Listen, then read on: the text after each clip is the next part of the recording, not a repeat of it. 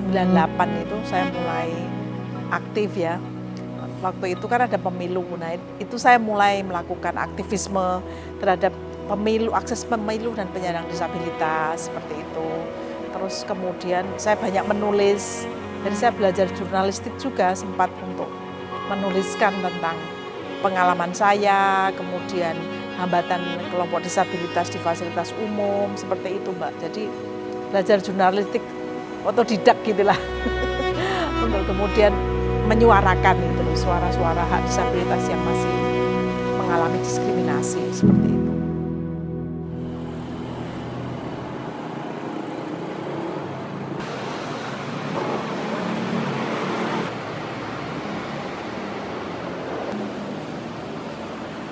Saya dilahirkan di Wonosari, Gunung Kidul, jadi saya mengalami disabilitas sejak usia 4 tahun.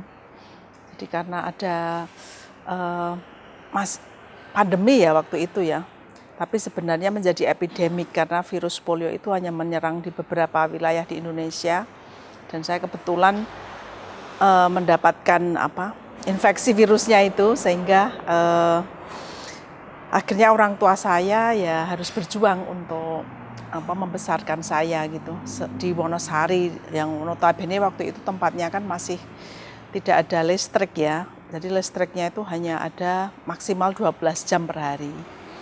Sehingga saya yakin dari situ vaksin-vaksin yang harus disimpan di dalam lemari es itu tidak bisa tersimpan dengan baik karena keterbatasan listrik, kemudian juga ketersediaan fasilitas umum seperti itu. Nah, sehingga di awal-awal saat saya mengalami polio itu juga orang tua saya harus naik turun Jogja Wonosari dengan motor untuk sekedar untuk akses fisioterapi. Itu aja sulit sekali ya, harus 45 kilo. Udah gitu tidak ada kendaraan umum gitu kan. Nah, sehingga saya memang salut ya, orang tua saya berjuang, benar-benar berjuang hidup dan mati gitu untuk mempertahankan saya supaya saya bisa hidup dan bisa sekolah yang tinggi seperti itu Mbak. Jadi kebetulan orang tua saya memprioritaskan pendidikan anak itu menjadi nomor 1 kan, sehingga mau nggak mau suatu saat kami semua harus tumbuh berkualitas sebagai anak gitu loh. Meskipun orang tua saya hanya lulusan SMA ya, tetapi pemikiran mereka menurut saya zaman dulu sudah cukup maju karena education is number 1 seperti itu. Segala bentuk pengobatan pernah saya rasakan, mulai dari akupuntur sampai minum jamu, makan bunga kandel, makan telur mentah kayak gitu tuh harus. Jadi ya bagian dari medikalisasi kalau saya bilang ya. Zaman sekarang kita disebut sebagai medikalisasi secara tradisional gitu ya kalau zaman dulu gitu. Karena harus bikin ingkung, harus bikin kayak semacam ritual gitu loh waktu itu Mbak. Nah, sehingga ya itu bagian yang harus saya jalani sesuai dengan keinginan orang tua. Dan memang ternyata obat yang paling manjur adalah fisioterapi, di mana bapak saya ya harus naik turun dengan ibu saya dibonceng di tengah-tengah gitu kan, pakai motor waktu itu tahun 70-an, dan itu yang ternyata paling membuat saya bisa berjalan, kemudian melakukan kegiatan sehari-hari dengan alat bantu seperti itu. Termasuk hal yang lucu yang pernah dilakukan bapak saya itu adalah bapak saya harus mencari monyet, jadi monyet atau kera itu loh di hutan, dan bapak saya harus membawa pulang di daerah Jawa Timur mana gitu. Terus ya monyetnya itu di dalam bis, istilah Jawanya ucul gitu ya, keluar dari kerangkeng, jadi heboh. Tetapi itu bagian dari kelucuan yang pernah saya alami, dan monyet itu harus dimasak sedemikian rupa dan saya harus makan dagingnya. Selain harus pergi ke dukun gitu kan, saya pernah 3-7 bulan di Blitar itu untuk berobat. Jadi lucu Mbak.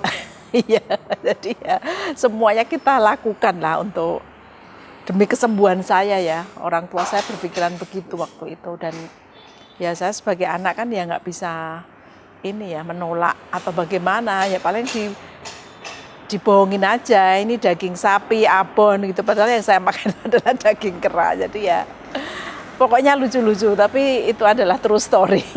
Semenjak kuliah itu kan banyak mengalami ini ya, diskriminasi terutama karena tempat kuliahnya aja di lantai 4. Nah saya harus merangkak kan naik turun tangga selama 4 tahun itu. Jadi saya berjuang betul itu selama 4 tahun itu dan saya mengalami pengeroposan tulang dalam usia yang sangat muda kan. Karena ya tiap hari lantai 4, lantai 3, paling minimal lantai 2 gitu kuliahnya di UNS dulu. Nah sehingga itu yang membuat saya untuk bagaimanapun harus diperjuangkan untuk persoalan fasilitas aksesibilitas ya di tempat umum, tempat sekolah gitu. Terus kemudian juga setelah itu saya mencari kerja nggak dapat kan, 2 tahun nganggur.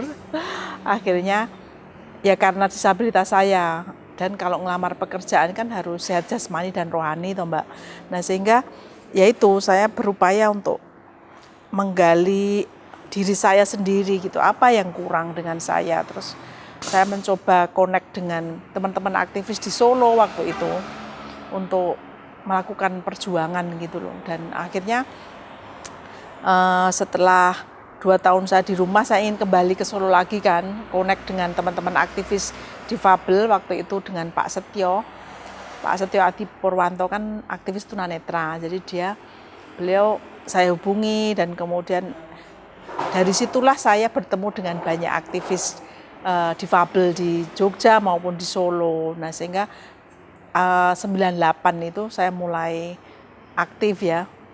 Waktu itu kan ada pemilu. Nah itu saya mulai melakukan aktivisme terhadap pemilu, akses pemilu dan penyandang disabilitas seperti itu. Terus kemudian saya banyak menulis.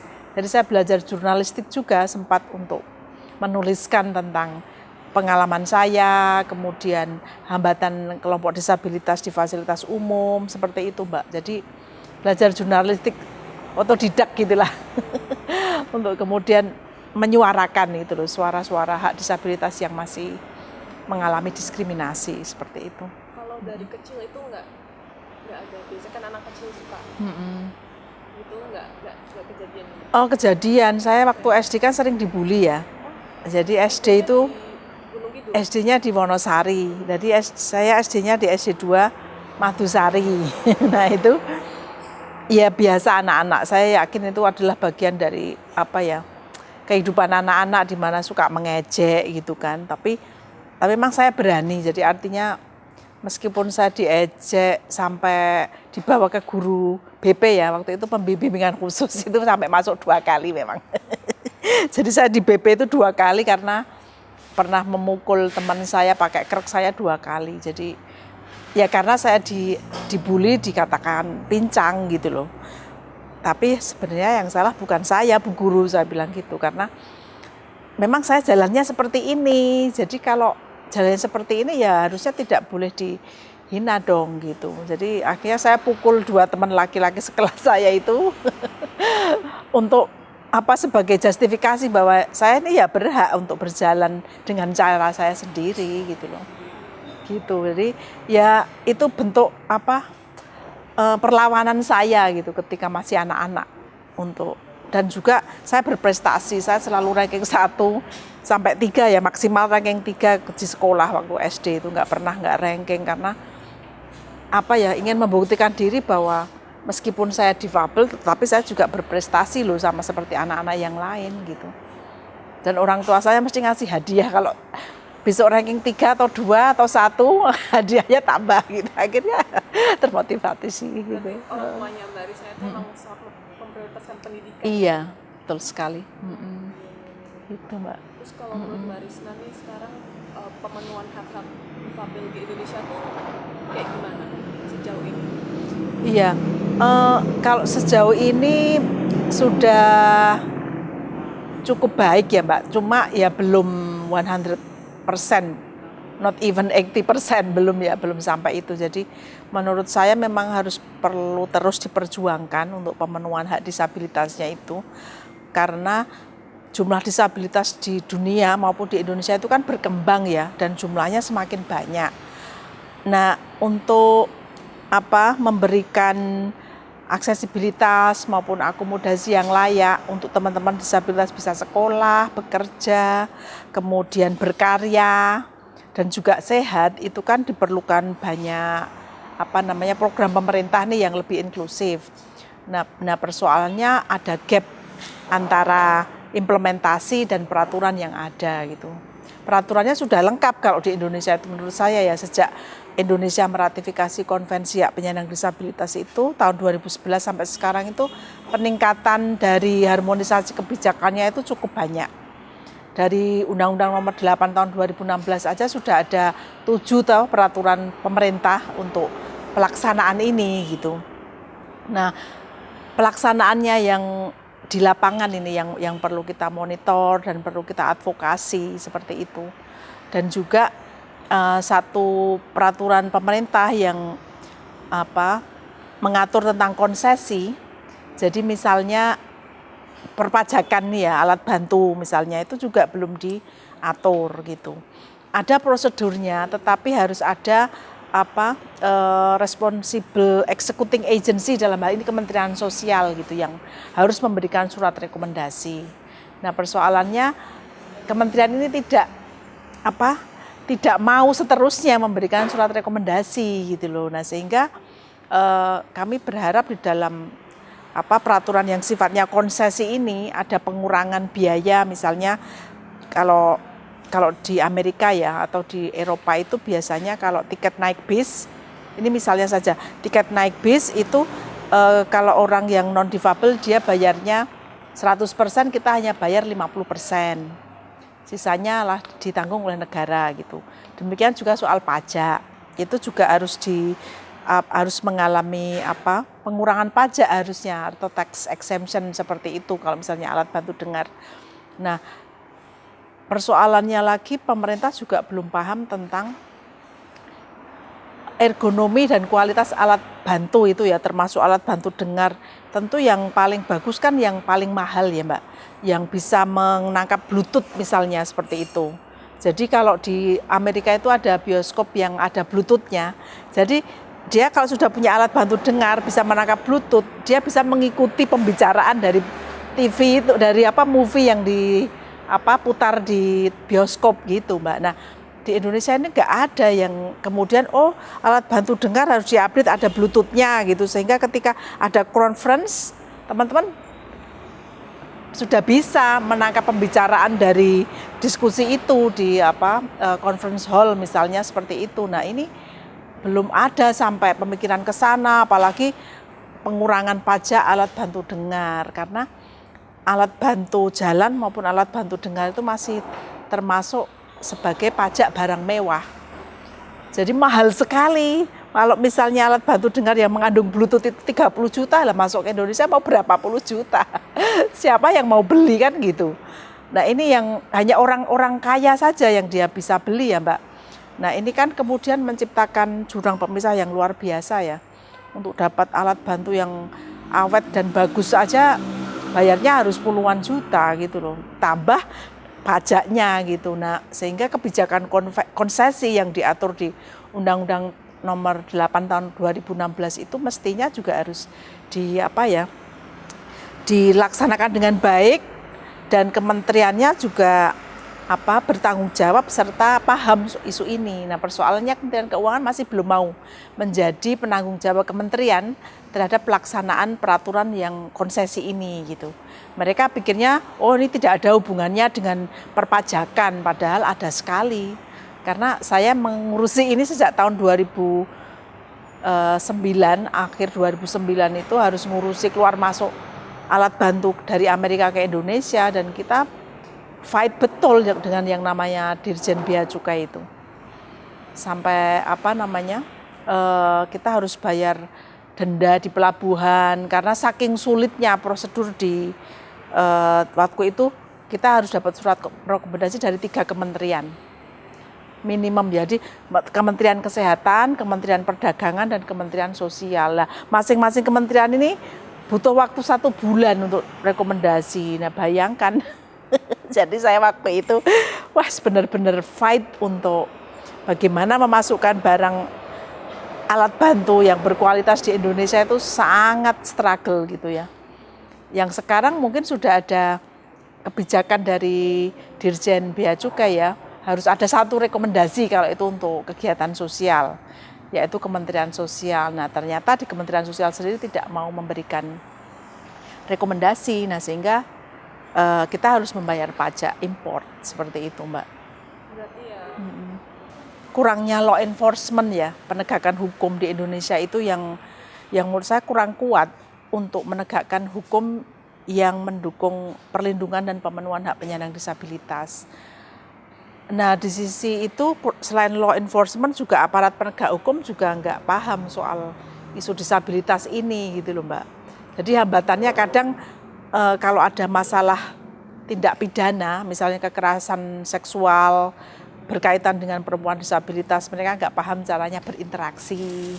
Terus misalnya tidak ada istilahnya visum gitu ya, tidak disediakan visum seperti itu karena tidak ada dana, misalnya tidak ada dana pro bono. Jadi kompleks sekali, mulai dari aparat penegak hukum sampai dengan mekanisme kebijakannya itu juga belum istilahnya inklusif disabilitas seperti itu. Nah itu yang membuat kompleksitas gap tadi antara kebijakan dan pelaksanaan di lapangan seperti itu. tapi kalau kebijakannya Sudah, menurut saya sudah cukup baik ya, tinggal konsesi itu yang belum berjalan sih Mbak. Karena kementerian yang bertanggung jawab, Kementerian Keuangan merasa bahwa ini bukan tupoksi saya, ini adalah tupoksinya Kementerian Sosial. Jadi kalau mau tahu di tingkat pemerintah pusat itu masih lempar-lemparan. Kalau disabilitas itu adalah nomenklaturnya Kementerian Sosial saja gitu loh. Nah padahal enggak. Nah sehingga saya harus utarakan ya, saat ini adalah presidensi Indonesia untuk G20. Jadi Indonesia menjadi pemimpin forum G20 tahun ini. Nah sehingga itu yang kita suarakan. Jadi baru saja minggu kemarin kita melakukan ini ya Mbak. Ada 7 pokja, kelompok kerja atau working group gitu di dalam C20 Indonesia, jadi civil society Indonesia gitu. Jadi setiap presidensi negara, jadi G20 itu kan selalu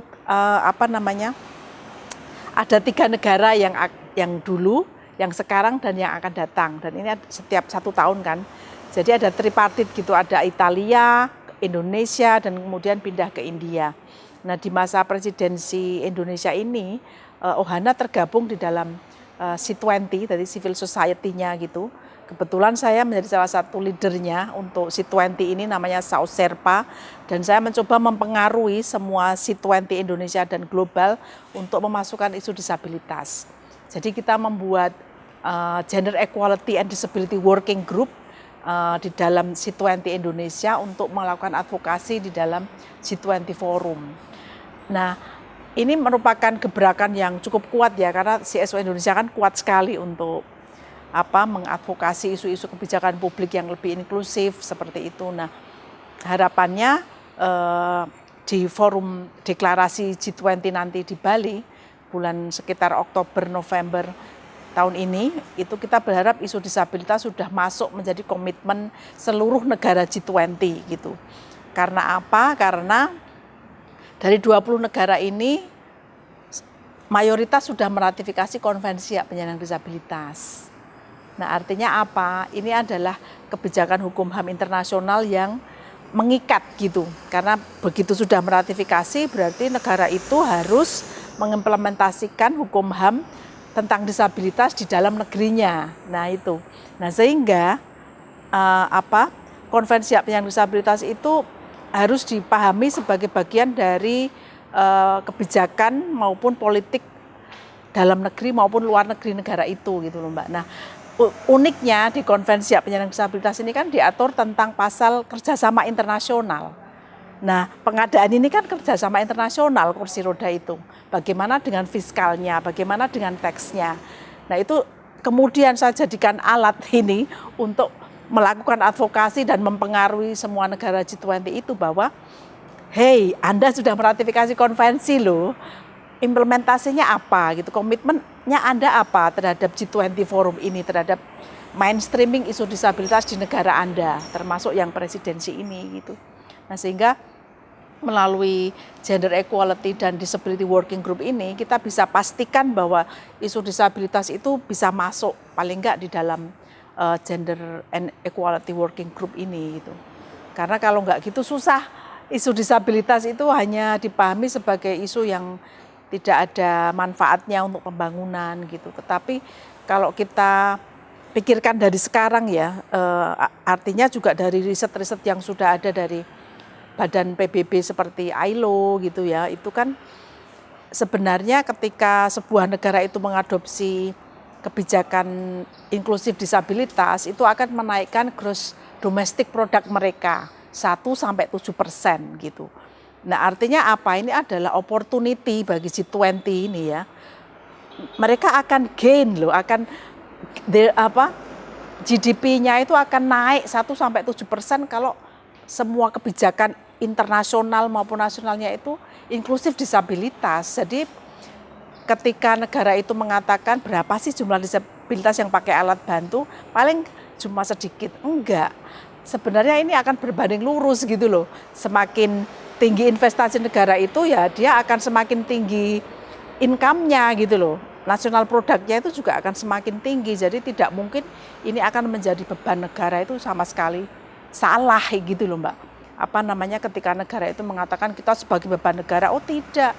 Karena kita tidak diberi kesempatan, number one gitu.